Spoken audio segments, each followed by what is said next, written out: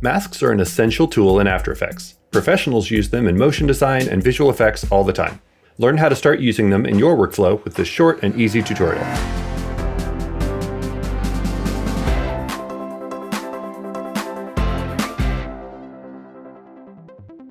Hey, this is Kyle Hamrick, Senior Motion Designer at School of Motion. Today, I'll cover how to create masks in After Effects and show you all about their individual properties and the best ways to work with them. Masks are a fundamental After Effects feature that allow you to cut out and combine different elements together, build quick and easy transitions, and are the basis of visual effects and compositing work in After Effects.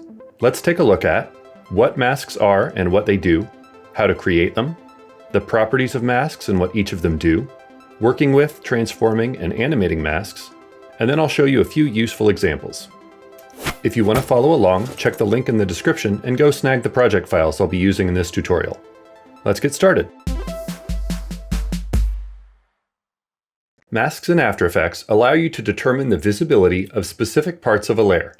This is similar to features that may already be familiar if you use Photoshop, Illustrator, or other image editing apps.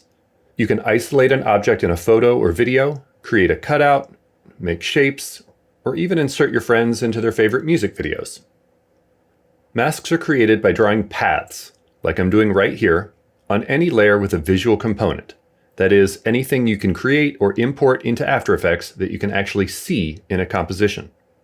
It's possible to create what are called open paths, which are just kind of like a line you're drawing on the layer, and those don't do anything by themselves.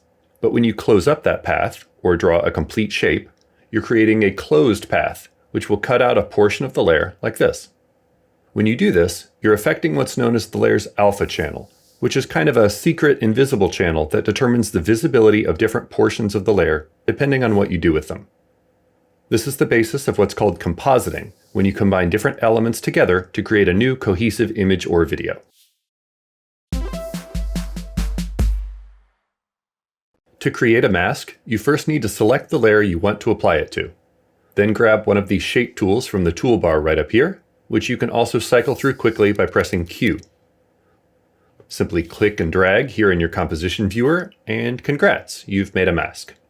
One important note, if you start using these drawing tools without a layer selected, you'll be creating what's called a shape layer, which I love, but that's a whole other topic.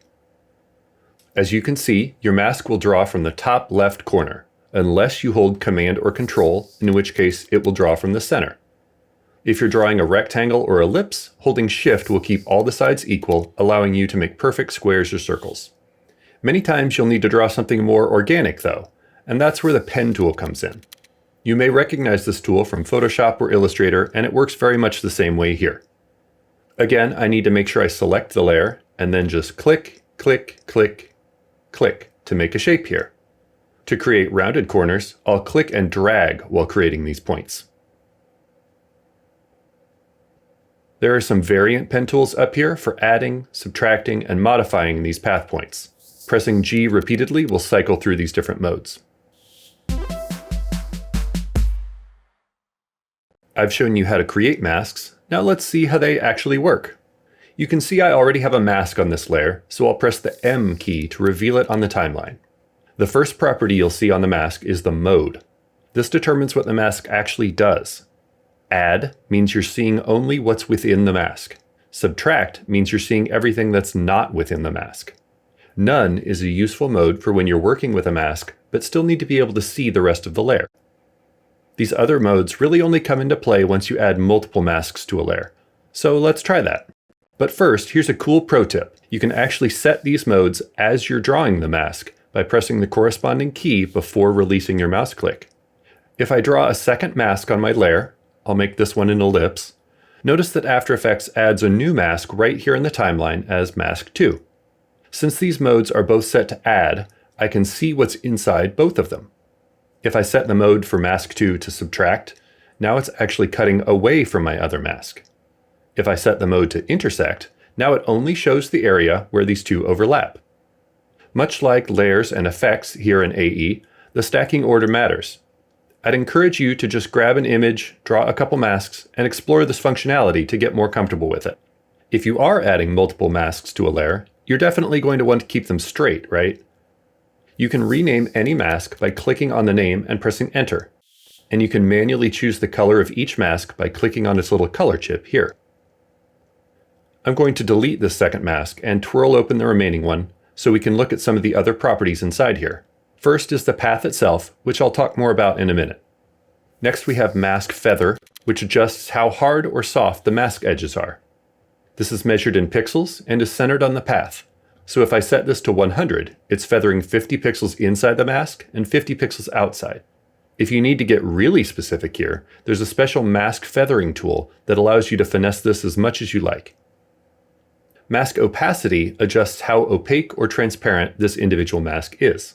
Mask expansion lets you either shrink or grow a mask, this is also measured in pixels, without actually having to change the path itself. Animating this property can be a very easy way to create an iris reveal, for example.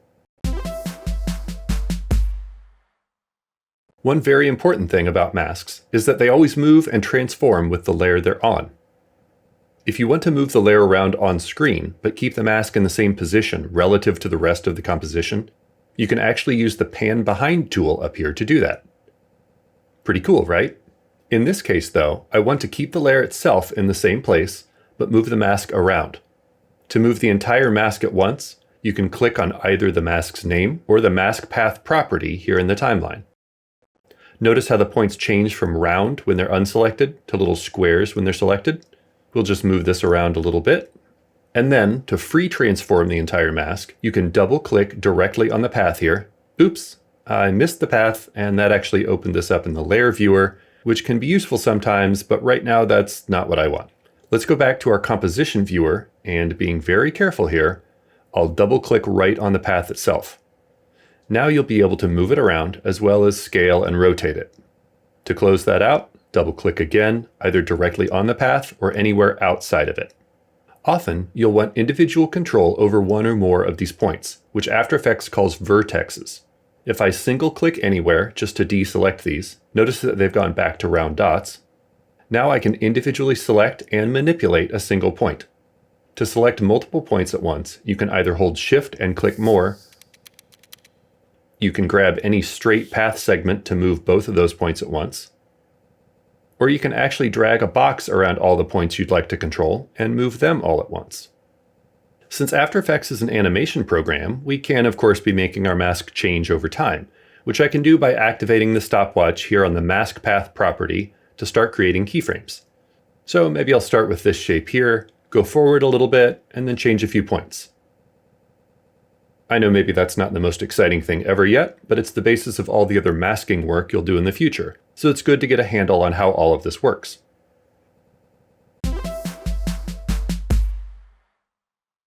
Before we wrap up, let's take a look at a few quick examples of using masks in your everyday work.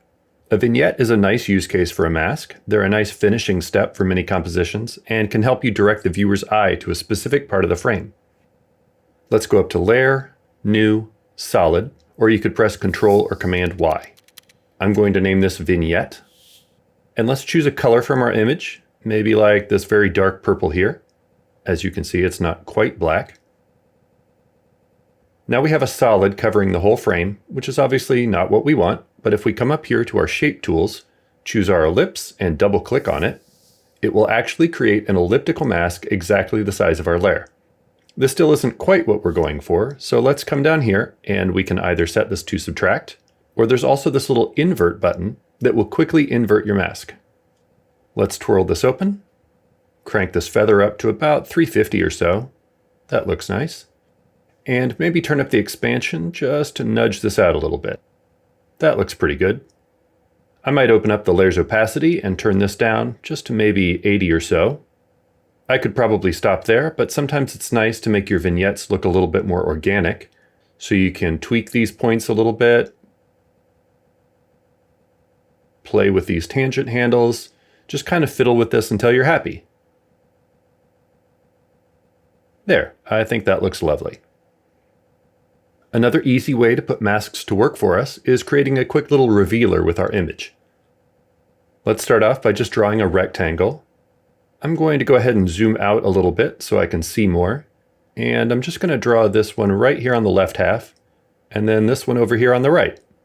I didn't get them perfect yet, but I will in just a second. Let's zoom back in, and I'll hit the quote key to bring up my safe zone display, which also has this handy little crosshair right at the center of the composition. I'll just grab these edges and move them into place. Doesn't have to be perfect, just make sure that you can't see any seams.